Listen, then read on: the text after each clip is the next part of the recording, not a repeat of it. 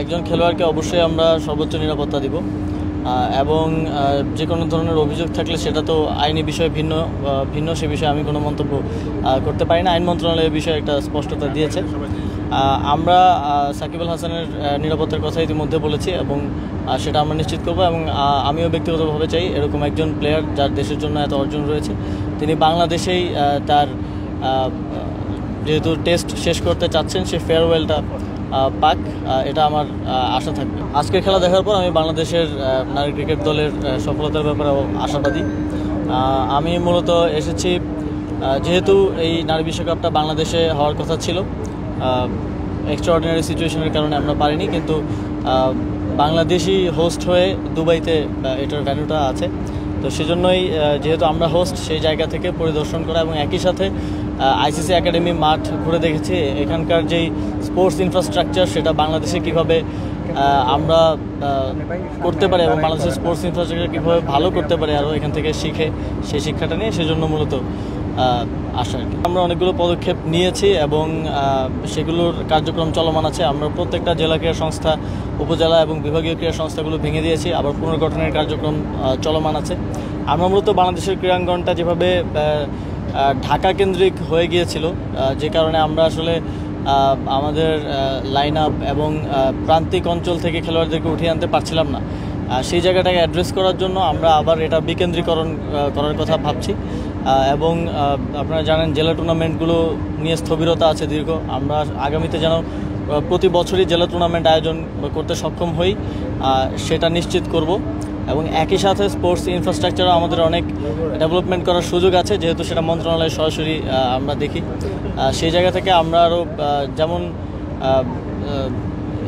United আরব আমিরাত কিন্তু আইসিসির ফুল মেম্বার না, বাট তাদের যে ইনফ্রাস্ট্রাকচার ক্রিকেটে বা অন্যান্য স্পোর্টসে আমরা সেদিক থেকে অনেক পিছিয়ে। তো সেই জায়গা থেকে আমরা কীভাবে সেগুলো আরও ডেভেলপ করতে পারি এবং তাদের এক্সপিরিয়েন্সটাও এই ইনফ্রাস্ট্রাকচার ডেভেলপমেন্টের ক্ষেত্রে কীভাবে আমাদের কাজে লাগতে পারে সে বিষয়ে ইতিমধ্যেই কথা বলেছি এবং বলছি।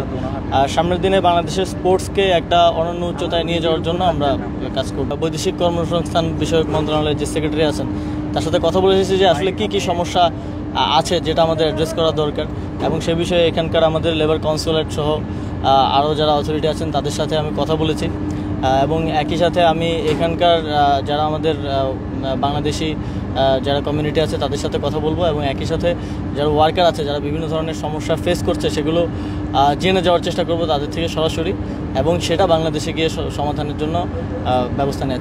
নারী ক্রিকেট দল যে আর অবহেলিত থাকবে না এটা আমার এখানে উপস্থিতি দিয়েই আপনারা হয়তো বুঝতে পারবেন। আমরা যেহেতু নারী ক্রিকেট দল তুলনামূলকভাবে তাদের অর্জন বেশি এবং আমরা আশা করছি এই বিশ্বকাপেও তারা একটা ভালো অর্জন দেশের জন্য নিয়ে আসতে পারবে এবং সামনের দিনগুলোতেও তাদেরকে যথাযথভাবে যেন আমরা সেই সম্মানটা প্রদর্শন করতে পারি। এই অবহেলার জায়গাটা যাতে এই অভিযোগটা যাতে আর না আসে সেজন্য আমরা কাজ করব এবং তৃণমূল ক্রিকেটের ক্ষেত্রে বা তৃণমূলে স্পোর্টসকে নিয়ে যাওয়ার ক্ষেত্রে আমরা প্রথম দিন থেকেই বলেছি প্রান্তিক পর্যায় থেকে স্পোর্টসটা উঠে আসতে হবে।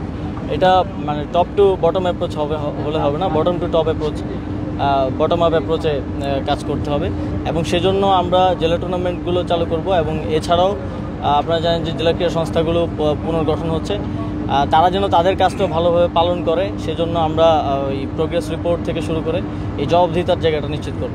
বাংলাদেশের সার্বিকভাবেই আইন শৃঙ্খলার অবস্থা যেহেতু একটা প্রায় যুদ্ধাবস্থার মধ্য দিয়ে আমরা এসেছি, সেটা কিছুটা খারাপ অবস্থায় ছিল কিন্তু আমরা প্রোগ্রেস করছি ডে বাই ডে এবং এই বিষয়গুলোকে অবশ্যই আমরা অ্যাড্রেস করব।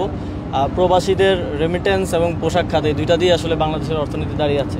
তাদের জন্য আপনারা জানেন ইতিমধ্যেই আসিফ নজরুল স্যার যিনি আমাদের বৈদেশিক কর্মসংস্থান এবং প্রবাসী কল্যাণ মন্ত্রণালয়ের দায়িত্বে আছেন তিনি এই বিষয়গুলো অ্যাড্রেস করেছেন। প্রবাসীরা আরও বিভিন্নভাবে নিগৃহীত হয়ে আসছিলেন, সেই জায়গাগুলোকেও তিনি সমাধান করার উদ্যোগ নিয়েছেন এবং এই সরকার আমি বলবো যে যারা এই দেশটাকে টিকিয়ে রাখার জন্য পরিশ্রম করে যাচ্ছেন, পরিবার পরিজন ছেড়ে দেশের বাইরে কাজ করে যাচ্ছেন, তাদের জন্য অবশ্যই আমরা কাজ করব এবং তাদের জন্য স্পেশালভাবে কাজ করব।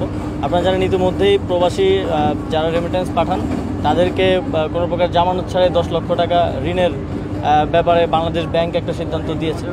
তো এই বিষয়গুলো আরও সামনে আমরা আরও এরকম সিদ্ধান্ত নিব যাতে করে প্রবাসীরাও একটা কমফোর্ট পান দেশের বাইরে থেকেও যখন তারা দেশের জন্য আসলে কাজ করছেন। কি boss, vital match, tough opponent, tension? Come on bro, অপোনেন্টকে নিয়ে ভাবার সময় আছে। আসল অলরাউন্ডারের কাজই তো হলো যে কোনো টাফ সিচুয়েশনে টিমকে অলরাউন্ড প্রোটেকশন দেওয়া। জাস্ট লাইক মাই টাইলক্স, যার অ্যান্টিব্যাকটেরিয়াল এজেন্ট টয়লেটের কোনায় কোনায় পৌঁছে 99% জীবাণু ধ্বংস করে, টয়লেটের কঠিন দাগ ও দুর্গন্ধ দূর করে টয়লেটকে রাখে ক্লিন আর সুবাসিত। টাইলক্স টয়লেট ক্লিনার, ক্লিন মানেই টাইলক্স।